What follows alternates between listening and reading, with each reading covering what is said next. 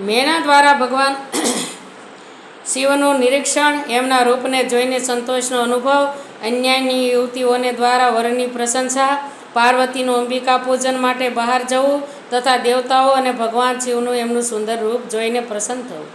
બ્રહ્માજી કહે છે, હે નારદ, ત્યાં પછી ભગવાન શિવ પ્રસન્નચિત્ત થઈને પોતાના ગણો સમસ્ત દેવતાઓ તથા અન્ય લોકોની સાથે કુતૂહલપૂર્વક ગિરિરાજ હિમવાનના ધામમાં ગયા.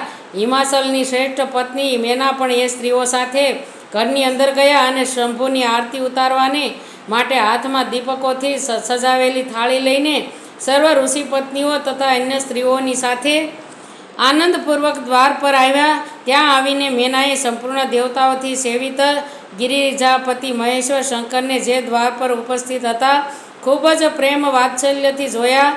એમની અંગકાંતિ મનોહર ચંપા જેવી હતી.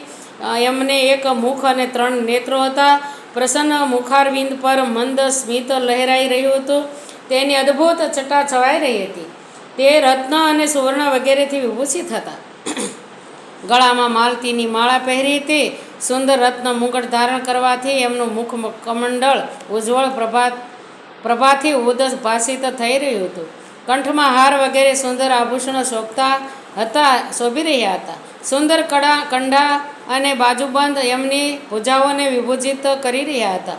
અગ્નિની વિચિત્ર અને બહુમૂલ્ય યુગલ વસ્ત્રથી એમની ભારે શોભા જણાતી હતી. ચંદન, અગરબત્તી, કસ્તુરી તથા મનોહર કંકુના અંગરાગથી એમના અંગો વિભૂષિત હતા. એમણે હાથમાં રત્નમય દર્પણ લઈ રાખ્યું હતું અને એમના બંને નેત્રો કાજળથી સુશોભિત હતા. એમણે પોતાની પ્રભાથી બધાને આચ્છાદિત કરી દીધા હતા. એ અત્યંત મનોહર જણાતા હતા. અત્યંત કરુણ, પરમ સુંદર અને આભરણ ભૂષિત અંગોથી સુશોભિત હતા. કામિનીઓને અત્યંત કમનીય